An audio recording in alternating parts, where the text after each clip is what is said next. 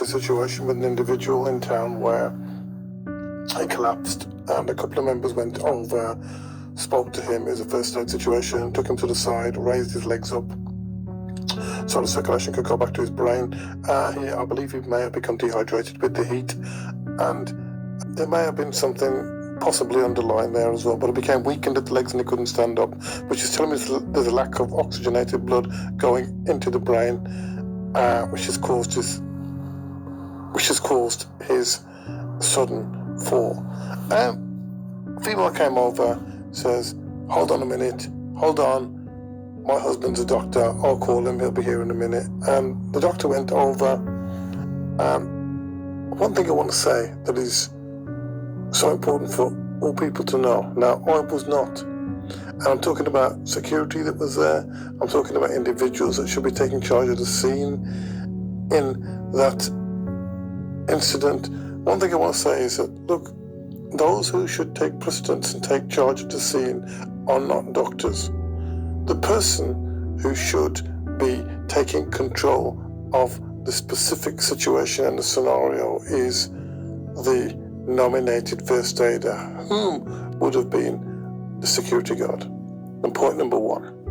Point number two, when you have such an incident and you get doctors that come up and they say, "I'm a doctor," people automatically assume that doctors are first aiders.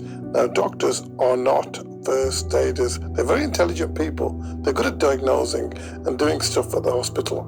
But unless you've got an actual clarification that GP is a first aider, it's the first aid qualification that comes to mind that is so important. It's the first aid qualification that allows someone to take charge of the scene in that instance. But when the nominated first aider comes on the scene, they should take control and treat the first aider as it is their duty of care.